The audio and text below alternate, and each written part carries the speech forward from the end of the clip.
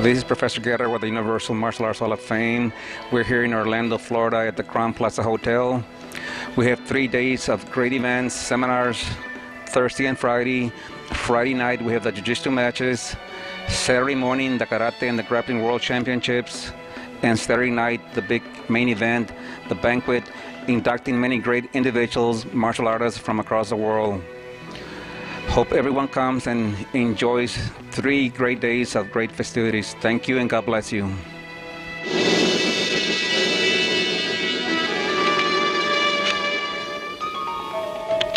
Hi, I'm Walt Lysak, here representing the Sento Method. I'm the son of Grandmaster Walt Lysak Sr., one of the original street innovators. Me and my brother, Charlie Lysak, co-founders of the Sento Method. Sento basically means battle, or to lead. There's two actual Japanese definitions, and the word battle, again, the reason we chose that is because life is full of battles. You have mental battles, emotional battles, physical battles, spiritual battles. Life is a series of battles, and we just wanted something that wasn't limiting, just like the system isn't limited. We teach all aspects of practical ranges and ranges of practical combat. We teach, we call the 7 ranges of fighting, or in other words, covers everything, striking, everything from the psychological range, outside range, kicking range, punching or boxing range, close quarter range, grappling, which involves stand-up and ground grappling, and the grounded defense range. We teach what we call 7 MAT, 7 main arsenal tools, which is striking, grappling, biting, eye attacks, body handles, nerve attacks, and environmental weapons. Environmental weapons can be combat-specific or improvised. In our system, what we try to teach a person is first to recognize what the 7 main arsenals are. Then we try to teach them to develop the skills, the technical aspects of those 7 main arsenals. And then we try to teach them how to blend them synergistically and spontaneously in the midst of combat. So it's a really unlimited system that doesn't really prefer any specific technique or move. We're more about method fighting versus saying like, okay, I have a move to get out of a headlock or a move to fight from the clinch. We're more interested in saying I can fight from the clinch or I can fight from a headlock. So the system is, again, it develops spontaneity in the fighter and develops a comprehensive fighting arsenal that's no nonsense for the street, recognizing not just the physical aspects, the psychological, emotional, spiritual. It's a very comprehensive program. We have a new book out called Unlocking the Combat Code, which goes more into depth to explain what this program is all about. And you can get that either by calling us at our academy or logging onto our website at www.realityconnection.com. And also, we got a great program coming out. Me and Rich Ryan are putting something together called ICAT. You need to look out for that because it's going to be one of the best things to hit the market. A lot of theoretical martial artists use those as excuses not to fight on the ground. I never say that. You need to do your submission fighting, whether it's submission fighting, Brazilian Jiu-Jitsu, Muay Thai, your boxing, all those things are important. A lot of theoretical martial artists like to say, oh, if a grappler tried to do this, I just, bite him or gouge his eyes or hit him with something or do this move or that move, and they're in, dreamland. That's never going to happen. They're probably never going to be able to make it happen because they don't have the attributes or the conditioning to getting thrown and punched and kicked. You need to do that stuff. You need to experience what it's like to get punched and kicked and thrown and all those things that happen when you do real fighting. But we also need to take it up a notch and recognize what's going to be relevant to the street too. Terrains. One of the things we do every year when I teach at Joe Lewis's fighting conference, after we do the first part of the seminar, I do the second part out on the cement. And you should see all the great grapplers positional. They go from looking like they're experts to looking like they don't have a clue. Second thing for the eye attacks now. I can feel it. If his hand's on my back or on my shoulder, I can feel that. If it starts to reach around, go ahead. I'm just going to turn my head slightly like this. And you can squint your eyes slightly if the guy's going for your eyes. And actually use your eyelids as a little bit of a defense, okay? So that's really important. So the first thing is the bite. Try to bite me. Okay, try to get to my eyes. Okay, and I'm just going to keep my head nice and tight here. And by keeping my head low and tight, I'm also preventing him from coming up and boom, catching me with that good knee in the side of the head. You're going to think about it when that guy nails you with it, okay?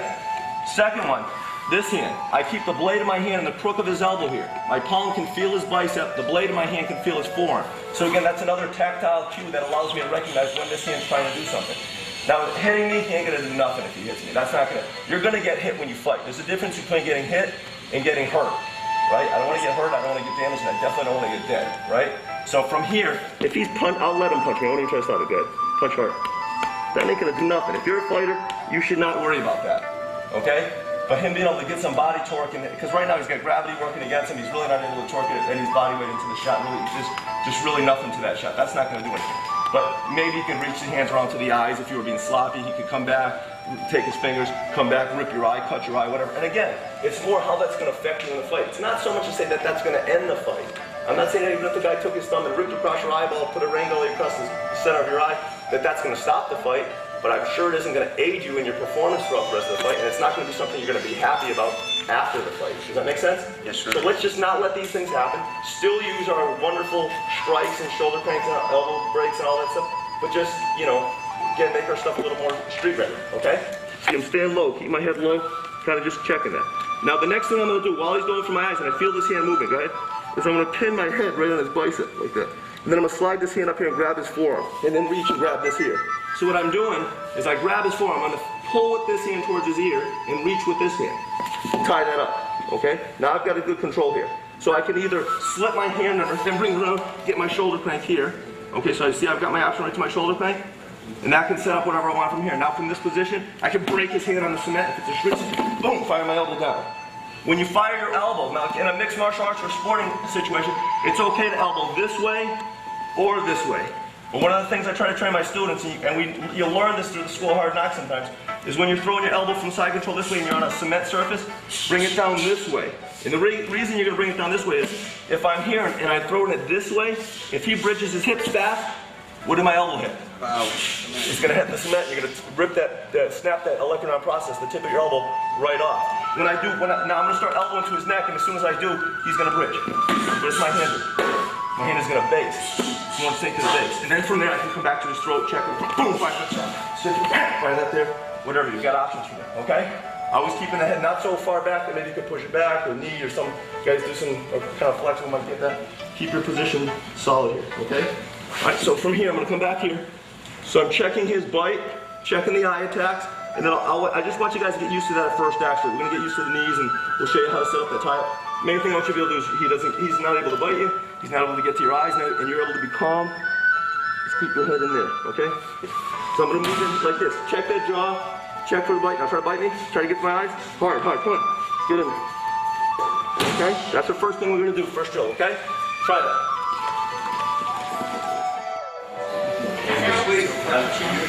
Yeah, no, okay.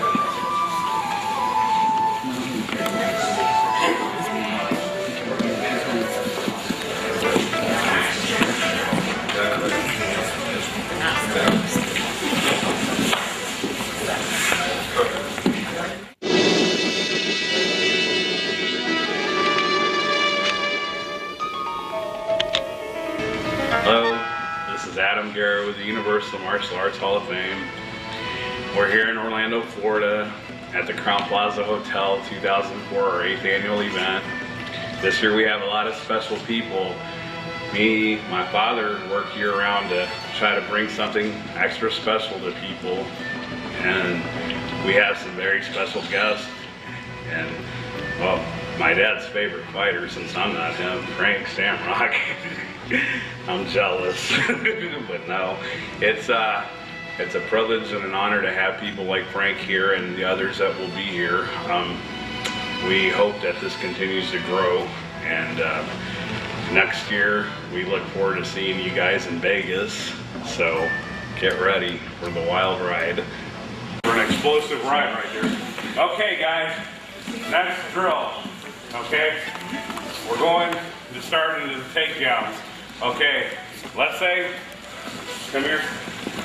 If he's tied up with me here in this area here, okay, and I'm right here, you want to, he's got good position because he's tight with me. Now my whole idea is to break the position. To break the position, all I'm going to do is slide his elbow down. Grab it again so I can show the whole angle. Slide down. Slide down. This is a very weak area. Slide down. Now, once I slide down, this is going to tighten up real tight here, and my head's going to go right here, and I'm here. Okay? Go ahead and grab a partner, and let's work. Okay. Push the elbow down. Yep. Yeah. Push it down. Right here. We're doing this side first. Here. Push down. And once it's down in here, I go into a body lock now. Okay.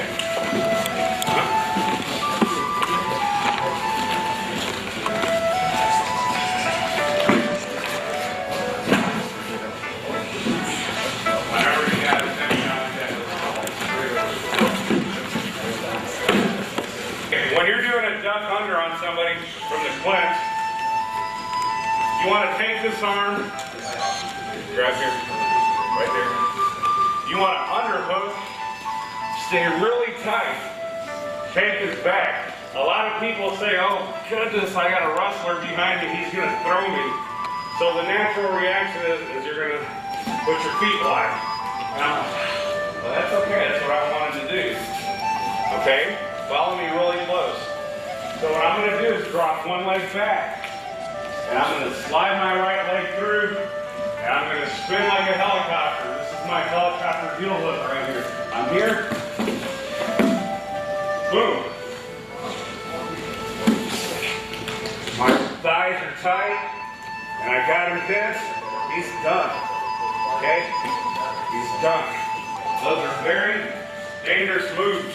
Please be very careful with this move, and don't act tough. Once it's secured, let go, okay? One more time. I'm here. I'm gonna swim an underhook in. When you're doing underhooks, guys, don't just do this. You gotta be aggressive. You gotta suck them up like they're curling. So when you're here, tight. Okay, I'm here. I slide one leg back.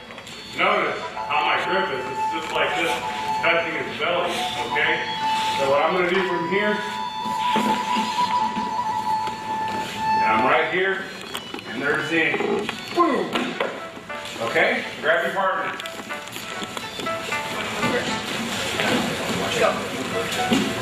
Okay, slide your right leg through. Now turn. Okay, your left leg's got to come out forward. Right there, bend your thighs. Okay, stay right there and learn to pull through.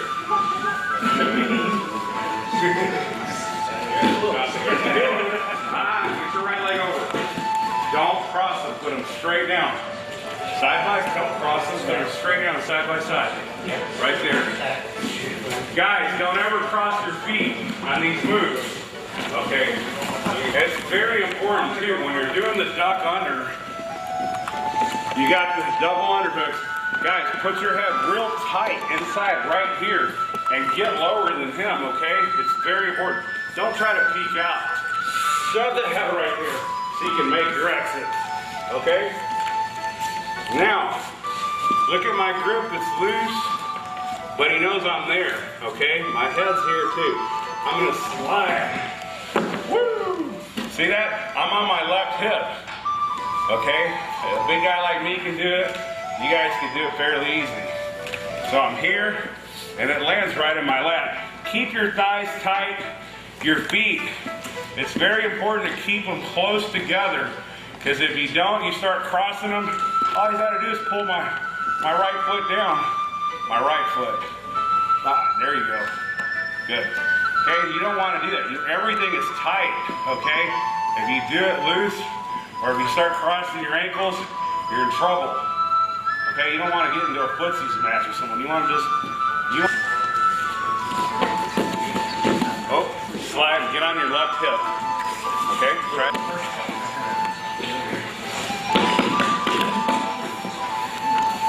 Slide it out. Oh, footsies match. Right there, and now you got to heel hook. Boom. Okay, good. Be real careful. Good.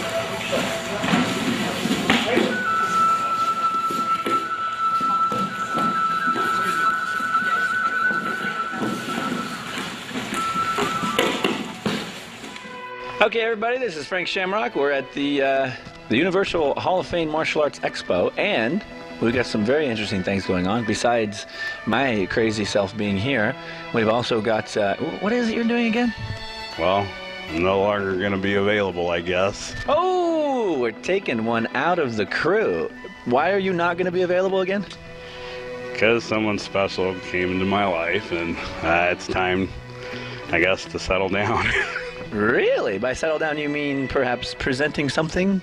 Yeah, something beautiful, but oh my goodness! I don't think it's as beautiful as her, but maybe she'll like it. Who knows? You think? I hope. I hope, wow. Frank. Well, I don't see how she can say no, especially to that. And to your good-looking, very articulate, and well-mannered self. So here we have it once again. This is Frank Shamrock. We're at the Universal Martial Arts Hall of Fame, and we've got weddings, we've got fighting, we've got seminars, we've got everything out here. We got the man right here. And I'm actually the official interviewer somehow today. So where are we going to be next year with the Universal Martial Arts Hall of Fame? Las Vegas, Nevada, and it's going to be a big surprise out there, so I invite and encourage every one of you to come out and to come see us. Well, you heard it here first. Frank Shamrock, the Martial Arts Hall of Fame. I just don't know what to say. There's just too much going on. I'm completely overwhelmed. Completely overwhelmed. Somebody start a fight. I'm ready. Not me. I gotta save myself. When is the big? When are you gonna ask this? When is the big moment? Well, since this is gonna be videotaped, nobody's really gonna know. I guess I can go ahead and tell everybody right here because she's not gonna see it. You're gonna see this till it's over. Well, she's gonna be getting she'll be led to believe that she's getting an award, but she's really not getting an award. She's getting something better than an award, and it's mysteriously gonna get lost. And jeez, I gotta drop down on my knee, don't I, Frank? Is it? Have to at that point. Is it 2 or 1? I think it's 1 knee. Okay. You give both knees away when you get married. Well, I'm not experienced in this, so I hope you guys wish me luck and that it works, because it's a job, and it's just like training to fight. It's a job. So. Thank you. Well, I just want to say on that note that it's a fight you will never win, just so you know. But good luck, brother. Congratulations to you. That's it. We're out. Hi, my name is Professor Vincent J. Sands. I am president and founder of the United States Fighting Arts Association.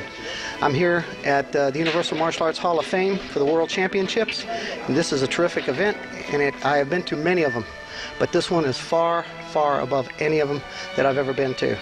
So if you want to come to a great martial arts event, this is the one you need to be at. Thank you.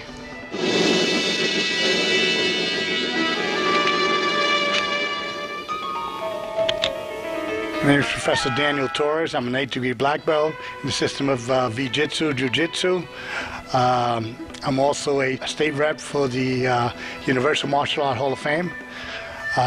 This is the first time we're having the Hall of Fame here in Orlando. For me, it's an honor to be here, and also to meet and have all this great martial art family united together. The style of Jiu-Jitsu originated from Professor Visitation, a Filipino back from New York. I also studied under Professor Jose Velez, my other teacher, and my school is in Orlando, Florida. And that's it. Thank you, and God bless you. Okay, back again. So earlier we walked, we grabbing in here, we're to the wrestle, we can come in here, we can change many moves, we can come out of here, come in here, try to grab it. You can't throw the person. You can't do this, is grab it. Grab it. Right? Grab it. You have him here. Grab him here. Grab him here. Grab him here. Bring him out. You all right? Yes. And so you got here and here. Watch him out.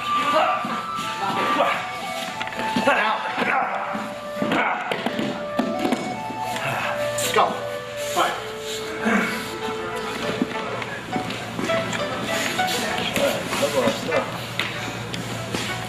So, that was a lot of stuff. We're just taking them down and working them out.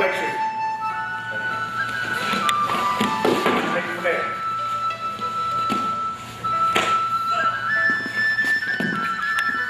Up.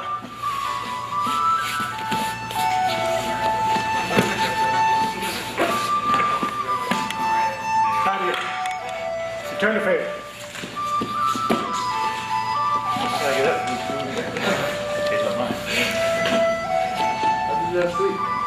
Grab him. Get in closer. Go. Nope. Watch again. Hand right here, grab here. Okay. Now, this is where you're coming.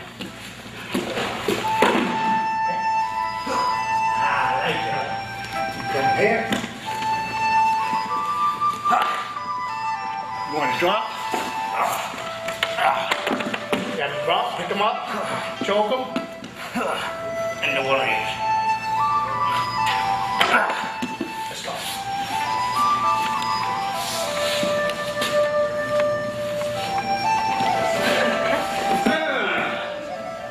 You gotta hit the hips. The hips are here. You don't want to see. Look where the hips are. Watch those legs. These legs can kick. Hit me with the hip. Yeah. And then you drop here. Then you come in here. Where did you sweep me though? Step down. And in there. You sweep me on my hips? Yep. Right here. Your leg hits in? Yep.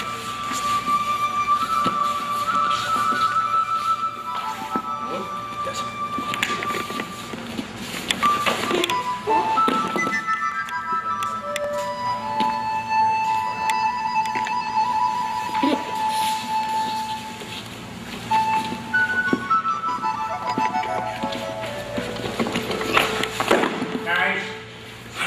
Back up. Go back there. Good. Very nice.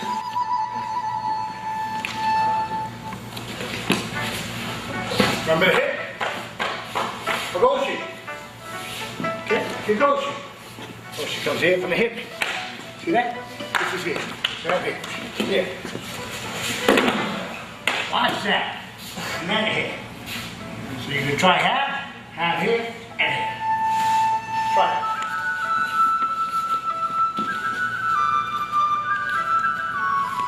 Pull up your hip across me. Yep. Down. Up here. Scoop. Good. I like that. Very good. Oh, you tapped out. Good. Now the next one, you take it, and put your hand.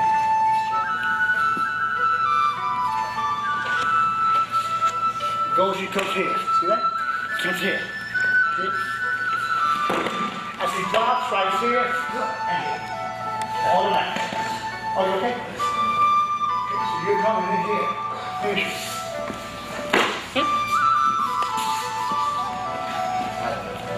Crazy laugh.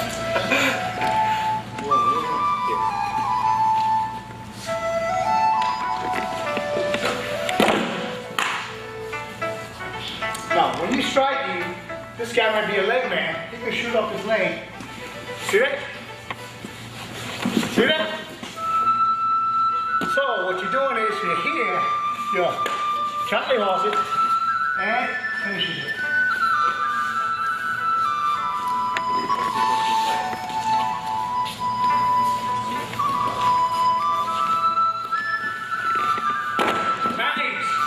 Now, you see how you put your fist there? You need to come in here and see how it drops? Now, here, in there. Yes or no? There you go.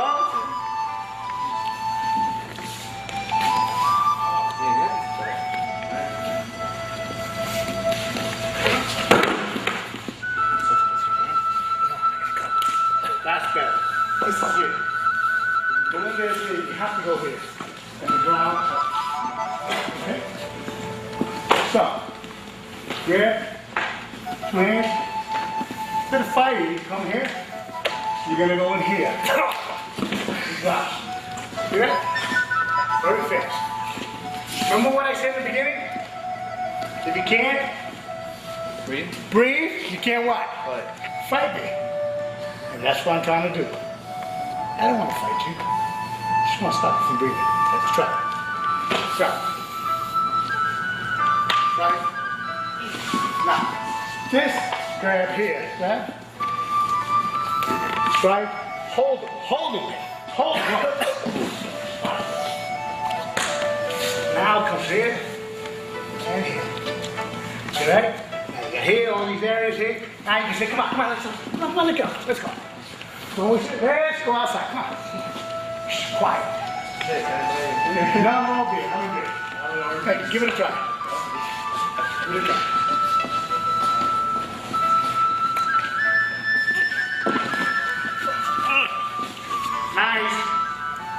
to add to what you know.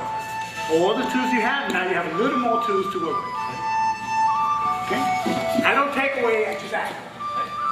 Okay, it's like a carpenter. Carpenters have many multi-tools you can do.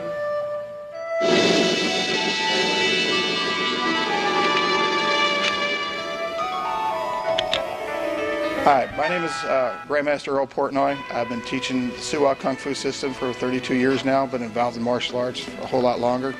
I am from Plano, Texas. The system is an all-inclusive system. It hits all 4 ranges. We have 38 weapons. We teach joint locking throws, groundwork, multiple attacks. I've been inducted to several Hall of Fames before. This one means a whole lot to me. I was one of the lucky ones to get called in to teach the Federal Air Marshals back in 2002. Taught them, wrote curriculum for them, and been involved with law enforcement and teaching law enforcement for the last 30 years also, developing curriculum and training them. I've also was the national chairman for the Chinese martial arts for AAU. I'm currently the vice chairman. I was chairman for the last 5 years, built it back up, built the organization up, and basically went from 300 people to 2,000 people in it. I teach for a full-time for a living. I have about 8 different affiliated schools throughout the country. I actually have one in Grenada, and we probably will be having one down in Mexico pretty soon. So I am very blessed with that as far as my students. The system that I teach is a very comprehensive system, so needless to say I've only given out about 14 black belts in the 30-something years that I've been training.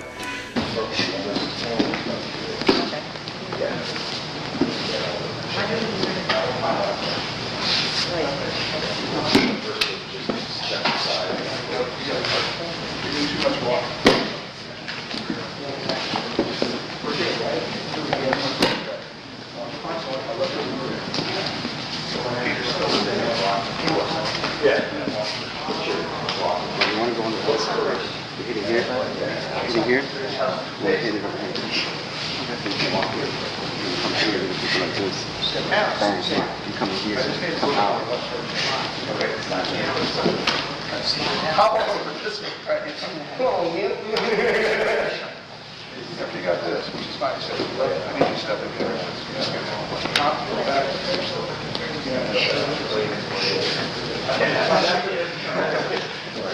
I'm here.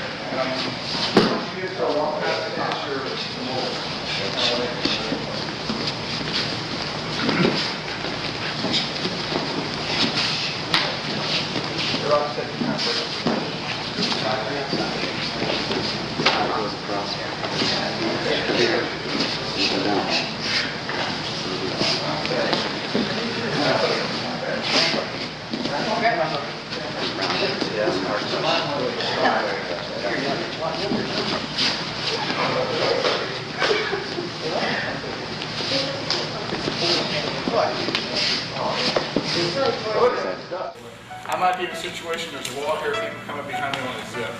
The other way I can do this is coming from here, slice up, come back into here and prod it, and just walk myself out. Okay? Both ways we're going to do a rebound. One, I'm changing planes. If I got somebody coming behind, you can part this one is come down, and I come right back up to this other person. So if the guy's taking a swing of another knife at me, the body's dropped down. Okay? Most people don't, when they fight, I'm not saying all, but most people when they fight are usually attacking up the body unless you're doing the shoot and trying to get down to somebody. What's going on? Even if you come to shoot, you still got the knife down there. Instead of gravity's down low, you're not going to knock down. So either way, we're coming punch, stab, reverse, and when we stab in here, we're going to do the same twisting as we did at the beginning. This time we're going subclavian artery, biology 101. Okay? Coming across the other one, you're going femoral. Okay? Let's stop with those two. Let's go ahead and do that, and we'll do a little bit of live weight. You can't find. Just so there's anyways, punch. So this one, fillet, always. So instead of coming up underneath where you go, stick it on that. Now we can rebound into here. Good, because you drop it right to the plate.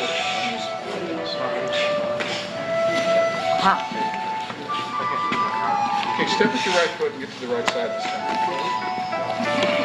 Right, snap off it. Yeah, try to get it. Come down.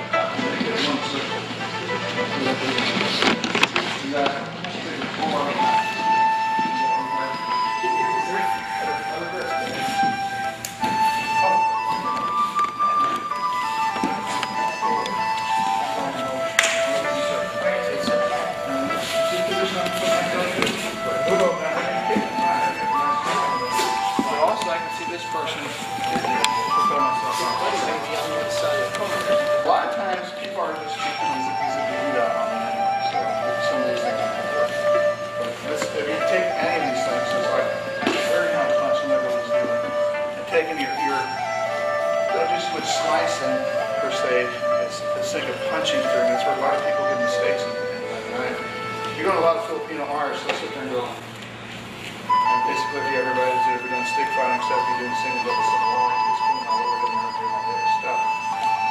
So I don't want to do a whole lot of slice and dice. I want to punch. Punching, you need to come down and pull. I like to pull. You never know. It depends on your blade and everything else. Once again, though, as we talk, I don't know how much liability's got on me. I don't know what I'm talking to. I don't know how you guys are. You pull a knife out, you better kill the guy. If you pull this knife out, you don't kill the guy. I'm being really serious about this. I'm already a deadly assault on this guy. I'm a deadly force. This guy is, I basically try to kill him with a weapon. I'm a way at the top. Okay, so once it's like getting in the fight, I'm just going to punch him in the shoulder, and it's going to stop the fight. I mean, there's no difference in it. The only difference is you just stepped up about 100 notches, because this guy said, he's trying to kill me, I'm going to kill him. So that's the mindset you got to go into. Okay, let's do, we got 10 minutes left. I want to take you through live blade. Okay. What I want you to do, and what I usually do, open your blade up. Now, when we're doing these things, I want you to take it seriously. Two things we're going to do. First, we're going to learn how to open and cut. Okay. Blades usually in here, right? It's going to be an open cut. So basically, I'm stabbing and pulling. So I've got that first cut on opening. Okay.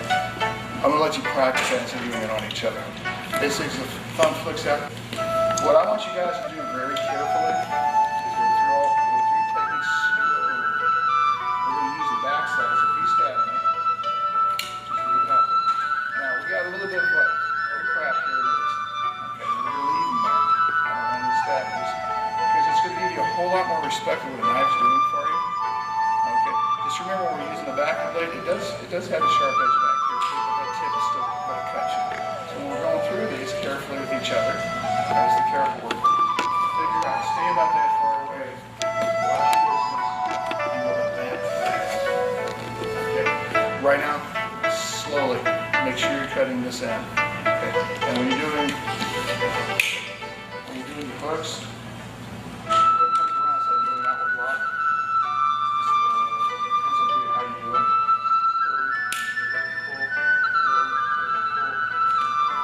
This is where you got to be careful. This is how fast you're going to go. And you just want to feel it because you do get knife. And we're wanting to see right top of the head. It's like these guys don't cut me out. They do about 7 hours all day long.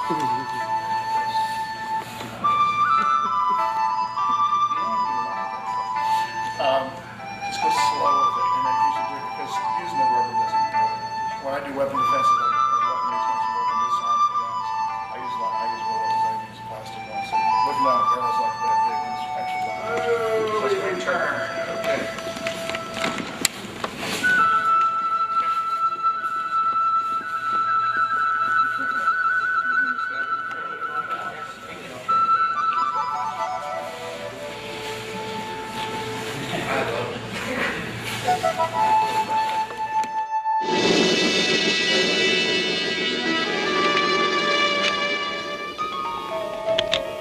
My name is Richard Ryan. I'm the founder of Dynamic Combat. Dynamic Combat is a comprehensive, very scientific, reality-based martial art.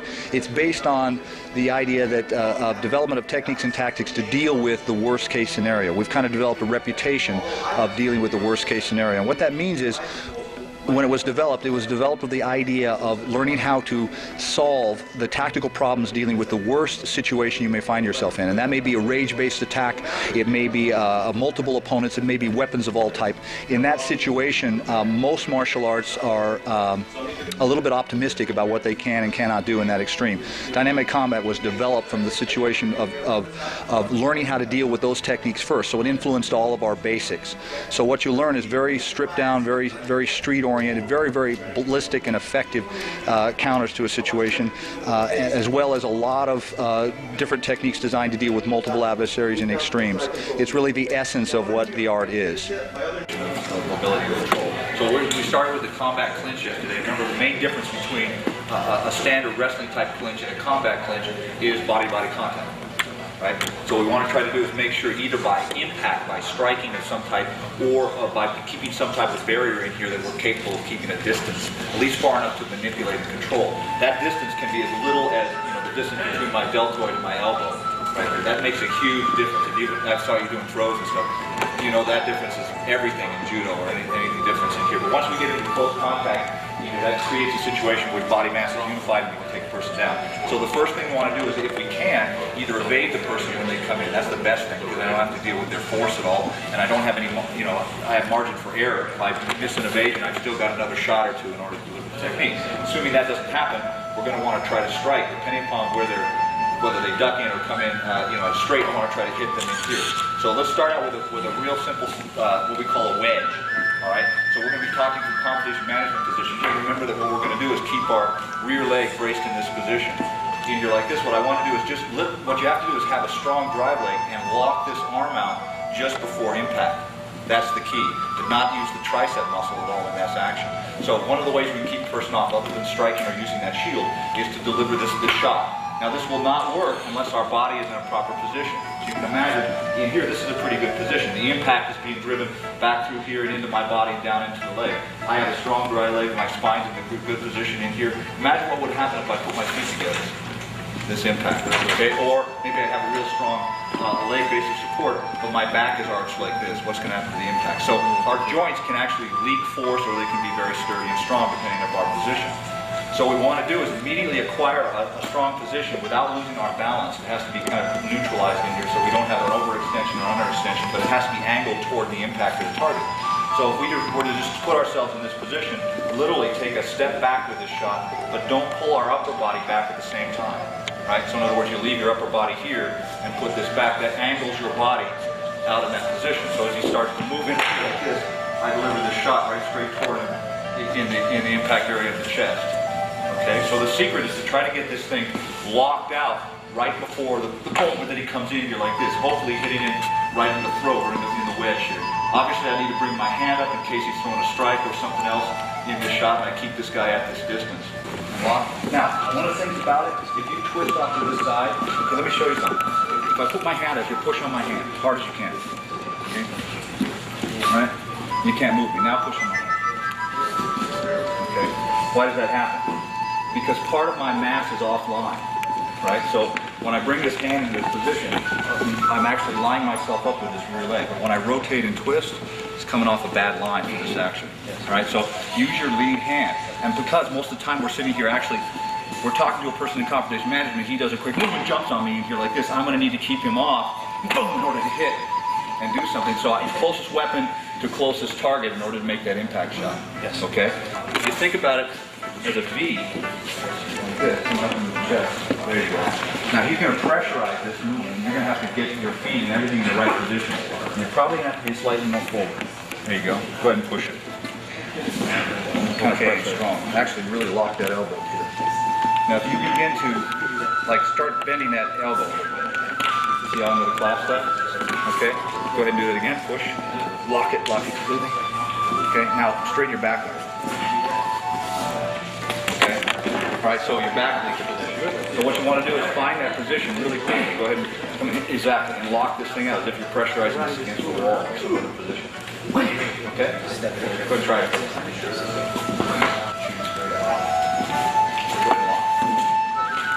Good. Do it again. Go be nice about it. There you go. Exactly. Now see how your arm was bent? Try locking it out before you come in. Wrist, and turn your hand inward like this. There you go. That worked a little better? Okay. Cool. Now kind of throw a shot over the top. That's why you want your other hand up, right? So bring both your hands up to your head behind the action and deliver that shot. Go ahead. Exactly. Cool. Now just flip it back. We're going to move on from that. Try not to shoot straight and lock out before you get there. So even if you just exactly. Just shoot. Exactly. Kind of throw a shot at it. There you go. Cool. Okay. Grandmaster, that's what I say. Everybody say hemorrhoids. That always worked.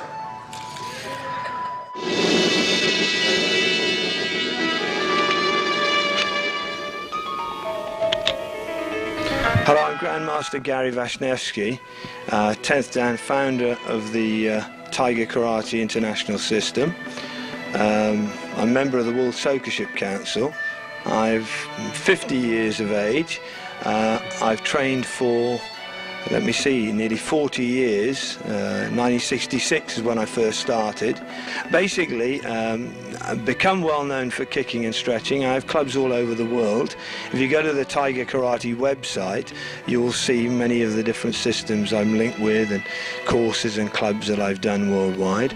The system of Tiger that I've invented is full contact, semi-contact, non-contact, and also competition, and basically for all-round real self-defense. So the whole aspect of the training is not just one aspect of real fighting, but many. And basically that is how the system has sprung.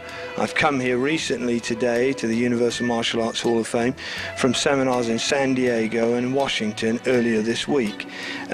Again, they were emphasis on all-round fighting.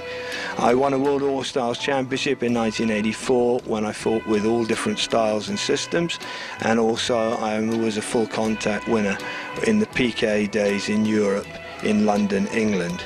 And it's great to be here, and if anybody's interested they can contact me at tigerkarate.co.uk, and the information obviously will be supplied by the organisers of this event.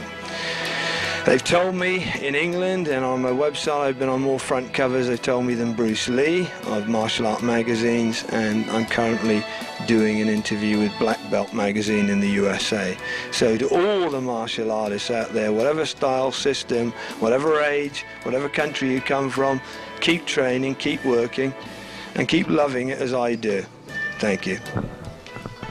Let's move into what has worked for me. Could I call that, please, gentlemen? If you grab head on, now, you know some guys do that. Sometimes it's a one-handed grab, if I can, and a threatening gesture, okay? Threatening gesture. Now, you know, so you see if you grab, so this strike. Now, again, what I would suggest, that you go in to there. If it's, because sometimes it might be one end, but secure and in, and apply the pressure. Even then, if he throws a punch rear-handed, we cover, low kick, head strike, throw, head strike, push away. I'm showing kind of multiple things. Sure, the first thing might be sufficient. That would be sufficient to break the nose, to break the knee, to snap a punch, to head strike. Why? So last guy, I won't prolong the agony because, as we do, Grandmaster Neil Hammerstone taught me this one. Pressure on the thumb. Alright, and then you could, as some of you like, whack that kick in, or whack that kick in around. Like that. Right, it's the last go. 1, 2, if the punch comes in, cover, low kick, take the kneecaps out, groin.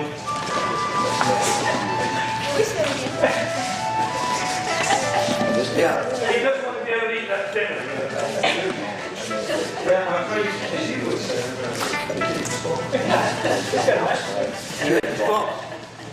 Yeah, exactly. There's no reason why you have to skew it. You can bend it over, twist, and then apply, and even do what I'm going to show next. Okay?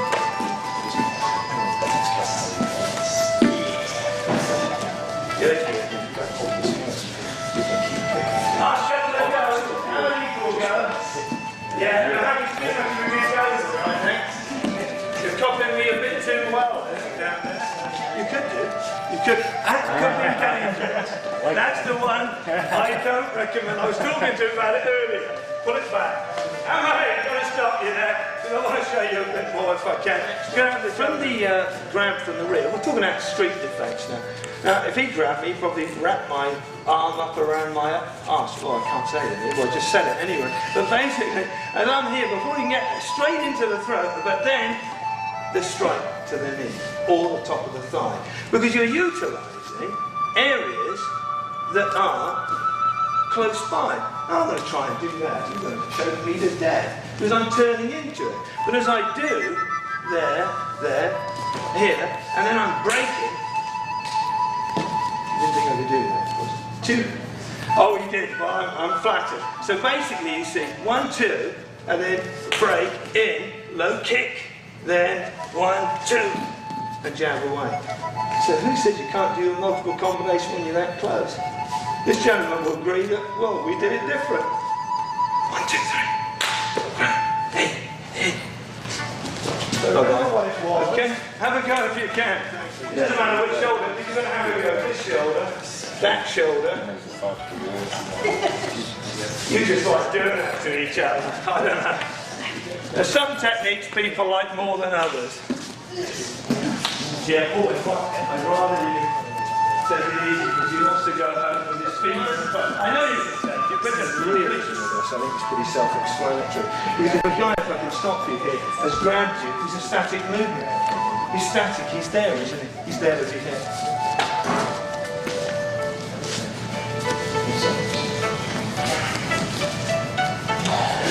Yes, that's good.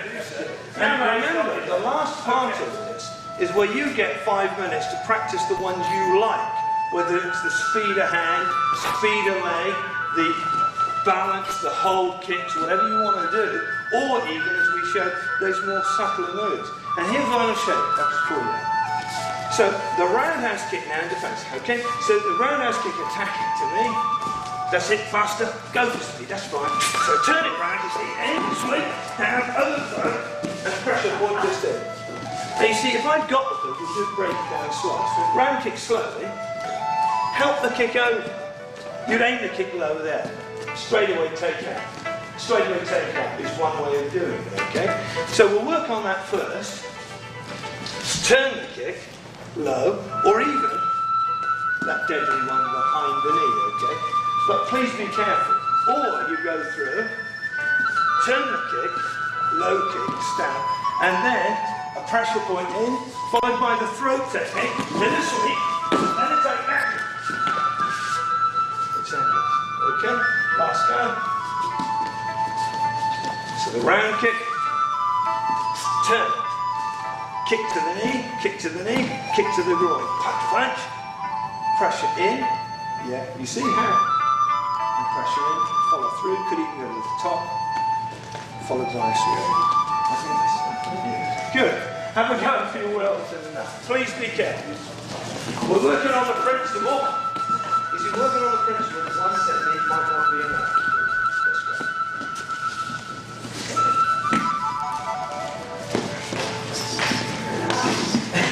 Working on the principle that one technique is not enough. Yeah, okay, stop. And yeah, mate, stop you there if I can. Yeah, mate. Okay, next combination, because we're getting to the point now where we're coming to the countdown. Or is it the knockout, or the count out, or whatever. But I don't know.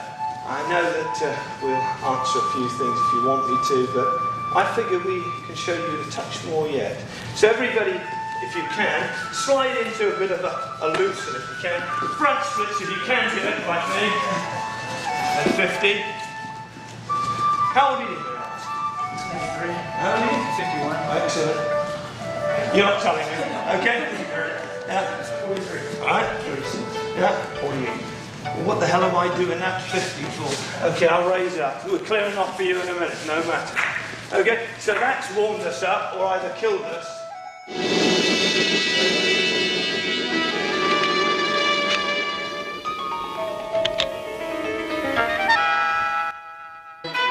Hello, my name is Dana Abbott. I am with Goshindo. Goshindo is a sword program out of Japan. It has about 200,000 members strong. I am the Kokusai Bucho, International Director for that. My job was to come back here to the United States about 5 years ago to let the American population, the martial art community, understand the brevity of weaponry and how the sword works. Basically, what we do is we sword fight. It's that simple. The nice thing about it is that we don't use bamboo, wood, and metal the way traditionalists use. Of course, we use that in our traditional programs, but now we also have weaponry that is softer. It's called Action Flex. It allows you to go in there for the point, the shot, the kill at full speed, full power. That alleviates all the pain and injury suffered by most martial artists that deal with weaponry and or sword fighting. It is basically my job, or I was sent back here, to make sure that everybody understands how to fight correctly. Not the best way, not the worst way, but be able to fight in a situation that affords them the ability to get out after they struck. Basically, the programs that we work and we use are all through the United States now, and we're in a 17% cross-section of dojos throughout this country, which is very, very good. Of course, there were Japanese people they sent over here about 30 years ago to work with Chambara and Kendo, although they weren't able to get it out of Michigan just basically because communication problems. Nevertheless, they sent me back here because it seems like my English is pretty good and I like it back home here. We're going to work on a basic stance. There's different ways you can look at it. If you're in a classroom, for example, and let's just say that's just a drawn line on the ground, just a sword here, you can be in front of this like this. You just bring your foot forward. See how that works? You bring this forward. Now this is a hardcore traditional kendo stance. The difficult part about this stance here is if you're doing kendo, remember they wore those big huge outfits, the big armor? Yes, sir. Because they're going to run into each other as hard as they can. You need chiropractors over there a lot. And you run into each other. The difficult part about kenjutsu is you can't run into each other because you're in his circle of influence and you'll be cut coming out. Does that make any sense? Yes, sir. So what you're going to have to do is you're going to have to turn your right foot in just a tad. And basically, it's going to follow a line. Now look at my toes. See how they work like that? Sort of work it in. This allows me, now watch how the foot comes in. If my foot comes in straight, boom, I got to keep going because I can't stop. But if my foot comes at an angle, boom, I can stop, comes in here, and out I'm out. Because there is a 20-40 rule, or the method, depending how you look at it. And the 20-40 method states that if you get in at 20 miles an hour, you got to get out at 40. And the reason why is, if I get in real fast and I pound on you and I stand there and smirk, you are going to try to get me back, right? So I got to hit you and get back. This is where casting is thrown in. Now, we all have gone fishing, haven't we? Yes. Now, when we fish, it's very, very easy. All we have to do is take the thing and throw it out there. But how many people lose the bait somewhere along the line? Because you're not throwing it out consistently. That's why the Japanese are good fishermen, too. So what happens is we go up here and we try to, you know, hit them like this, it's fine. No, we want to cast it out like a fishing pole. And the reason why is, after I have it cast it out to where I want it, and then the weight of the weapon drops with the hips, my shoulders, and that cuts it. Remember, these are razor sharp weapons. Therefore, you don't have to hit them like a baseball bat. If we did it in tamashigiri or test cutting here right now, you go, oh, almost cut my leg, I went too hard. And then you find out, you go, oh, I don't have to swing the sword too hard because we know perfectly well that your hand was right here, and I took a real sword and held it like this, and drop on your hand like that, what do you think would happen? Hey, I know you might not lose it, but you won't be able to use it. So you have to take into consideration if I come in here like this, and throw that in, you'll find out that you cut through enough without overkill. And overkill will get you in trouble because when you do overkill, you end up like that guy on the Highlander. You know that show where he goes, oh, give him to me, baby. He has 3 seconds left because he throws his whole body into it. So, since we're throwing our bodies into it, how do we adjust this? How many people are here old enough to remember the 1970s, early 70s when they had the poster keep on trucking? All right, and you remember? Oh, you know, basically back like this. When you do a lot of sword fighting, I want you to think like that a little bit because it keeps your back straight and you'll overcompensate and after a while you'll stand up straighter. Or you want to be like Johnny Smoke, standing up straight. And the reason why is, because if you don't, you only can attack and defend this. Now I said this twice. Must be important. Yes, sir. So what I want you to do is just take your feet like this and turn it way out like that. The left one, and then turn it out like this and like that. So basically, you have a sword and the heel of your toe are hitting on this side, and you have your railroad tracks basically right here to keep your hips apart. Now, what you do is you take your heel off the ground about ½ inch. Okay, now look at my legs. Here's how you should look here, just like that. So that works? So if I'm here like this, and I drop my heel down, I'm over here attacking this one. But if I don't want to telegraph and I want to hit you, I come off of my heel a little bit, just come over here like a turret on a tank, basically, and going for the shot that way.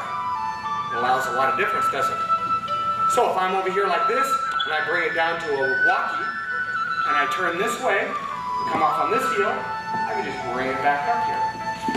Now, after we have our stance, basically, a steadfast position, just like this, put your swords up. Don't hold hands together. If your hands are together, you got a baseball bat. All right? This isn't a baseball bat. This is a sword. And you got it cast out straight up and down. Okay. What I need you to work now is your left back hand to your front hand. You've seen a lot of magazines, people putting their fingers out like this, don't you? A lot of this stuff. All this ninjutsu crap. All right? And that's what it is, ninjutsu crap.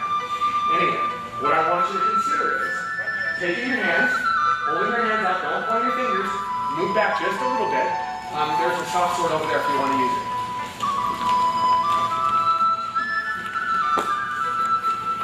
And even though it's just a little softer one, you won't feel it as much. What I want you to do is just cast out a few times really hard. Just swing it out. Swing, full swing. You swing it out there. Throw it out there hard. Do it a couple more times. You feel it? Get it and throw it out there. I was almost going to fall out of your hands if you like. Alright, you feel that.